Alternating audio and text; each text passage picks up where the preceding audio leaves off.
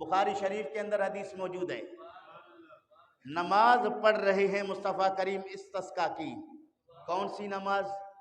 ऊंची आवाज में कह दो, कौन सी नमाज?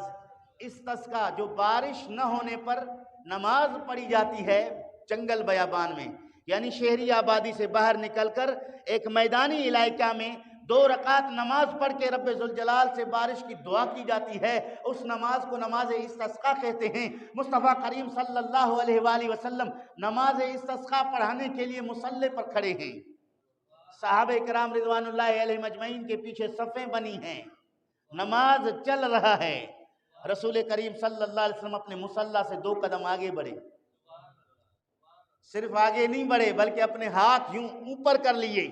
पीछे नमाजी देख रहे हैं, मुस्तफ़ा करीम अपने जगह से आगे हो गए हैं, अपने हाथ ऊंची कर रहे हैं और फिर अपनी जगह पे आकर अपने हाथ अपने नाफ के नीचे बांधकर नमाज जारी रखते हैं।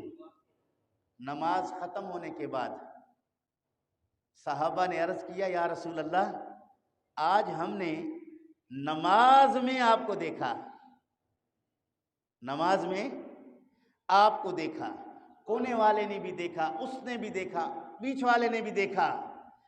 मुस्तफ़ा करीम सल्लल्लाहु अलैहि वसल्लम का मुक्तदी नमाज में हुजूर अकरम सल्लल्लाहु अलैहि वसल्लम को देखे, उसकी नमाज कामिल है।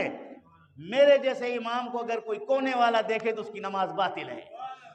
तवज्जो गैर की तरफ हट गया, नमाज टूट। लेकिन वहां मुस्तफ़ा करीम के पीछे नमाज पढ़ने वालों की तवज्जो अगर रसूल की तरफ हो जाए, वो नमाज कामिल है, वो नमाज कामिल है। देखो, हम नमाज के अंदर हैं तो नबी पाक पर सलाम पढ़ते हैं, अस्सलामु अलैका अय्युहन नबी, ए नबी आप पर सलाम हो, ए नबी आप पर सलाम हो।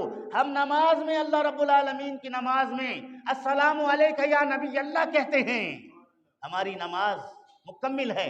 अगर हम ये जुमला पढ़ना छोड़ दें तो नमाज ही नहीं होगी, क्योंकि अतहियात पढ़ना नमाज में वाजिब है। रसूल पर अगर हम नमाज के अंदर सलाम ना पढ़े, अल्लाह हमारी वो नमाज कबूल नहीं फरमाएगा। और नमाज के अंदर अगर किसी दूसरे को सलाम का जवाब दें तो नमाज टूट जाएगा। नमाजी को अगर कोई कह दे अस्सलाम वालेकुम, नमाजी नमाज की हालत में कह दे वालेकुम सलाम, तो फुकाहा ने कहा नमाज टूट गया। नमाज के बाहर वाले को उसने जवाब दे दिया। तो वहां मुस्तफ़ा करीम सल्लल्लाहु ताला अलैहि वसल्लम अगर किसी नमाजी को सलाम कर दे, नमाजी पर जवाब देना वाजिब है। मुस्तफ़ा करीम सल्लल्लाहु अलैहि वसल्लम अगर किसी नमाजी को हालत नमाज में अपनी तरफ बुला ले, वो नमाज को छोड़कर मुस्तफ़ा करीम की बारगाह में जाए, ताखीर करेगा तो गुनहगार होगा, देर करेगा तो क्या होगा? गुनहगार होगा। फौरी तौर पर वो मुस्तफ़ा करीम की बारगाह में जाए और रसूल करीम से बात करे, हुजूर अलैहिस्सलाम की इताअत करे, फरमानबरदारी करे। जहां से नमाज को छोड़ा है वहीं से आकर अपनी नमाज को पूरी कर ले। किबले से रुख भी हट गया, काफी वक्त भी सर्फ हो गया, अपनी जगह से भी हट गया, ये सारी चीजें पैदा होने के बावजूद उसके नमाज में फर्क नहीं आता, क्योंकि रसूलुल्लाह की इताअत में है। रसूलुल्लाह की इताअत अल्लाह की इताअत है। किसी और की इताअत में अगर जाएगा तो नमाज टूट जाता है। तो मैं अर्ज ये कर रहा था कि रब्बे कायनात ने अपने प्यारे महबूब मोहम्मद करीम सल्लल्लाहु अलैहि वसल्लम मुसल्ले पर खड़े हैं, नमाज इस्तिस्का में आगे बढ़े, हाथ आगे बढ़ाकर फिर पीछे हो गए। साहबा ने पूछा, या रसूल अल्लाह, आपने नमाज इस्तिस्का पढ़ाते पढ़ाते आगे बढ़े, आपने हाथ ऊंचे कर लिए, गोया आप कोई चीज पकड़ रहे हैं, क्या माजरा है? रब्बे जुल जलाल के प्यारे महबूब मोहम्मद करीम सल्लल्लाहु अलैहि वसल्लम ने फरमाया कि रब्बे जुल जलाल ने जन्नत को मेरे सामने पेश कर दिया। कह दो ना सुभान अल्लाह। जन्नत के अंदर अंगूरों के गुच्छे लगे हुए थे, इंतहाई खुशनुमा और खूबसूरत थे, उनकी खुशबू से हम महसूस हो रहे थे। मैंने इरादा किया कि हाथ बढ़ाकर जन्नत में से एक अंगूर का खोशा तोड़कर तुम्हें खिला दूं।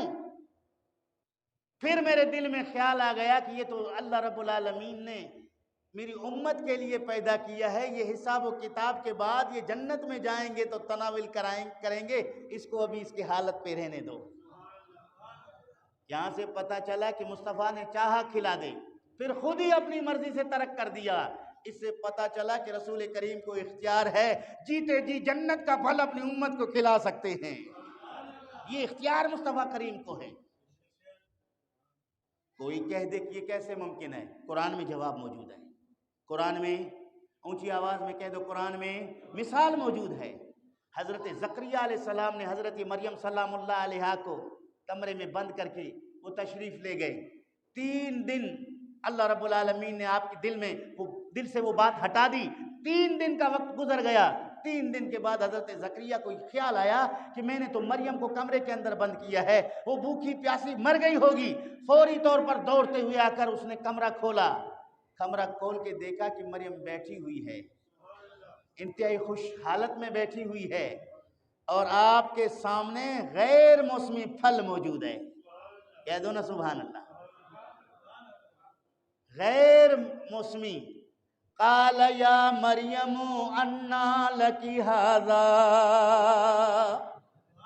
हजरत जकरिया ने कहा, ए मरियम, ये तेरे लिए कहां से आया? दरवाजा बंद है, खिड़की बंद है, कोई लाने वाला नहीं, इन फलों का मौसम और नहीं, वक्त नहीं, ये लाने वाला कौन, कहां से आया? कालत हुवा मिन इंदिल्लाह। हजरत मरियम ने जवाब दिया, ये फल जो हैं, ये जो मेवे हैं, ये अल्लाह रब्बुल आलमीन की तरफ से हैं, तो यकीनन वो जन्नत से आए। अल्लाह रब्बुल आलमीन एक वलिया हजरत मरियम को बंद कमरे के अंदर जन्नती फल खिलाने पर कादिर है। मुस्तफ़ा करीम रब्बे जुल जलाल के महबूब हैं। अल्लाह की इज़्ज़त से मुस्तफ़ा करीम जन्नत के फल तोड़ के अपनी उम्मत को खिलाने पर इख्तियार रखते हैं। ये इंशाल्लाह इख्तियारात मुस्तफ़ा पर जब गुफ्तगू होगी तो मैं आपको इस तरह के बहुत सारे फ़ज़ाइल बताऊंगा, हदीस सुनाऊंगा, जिसमें पता चलेगा कि रसूल करीम सल्लल्लाहु अलैहि वसल्लम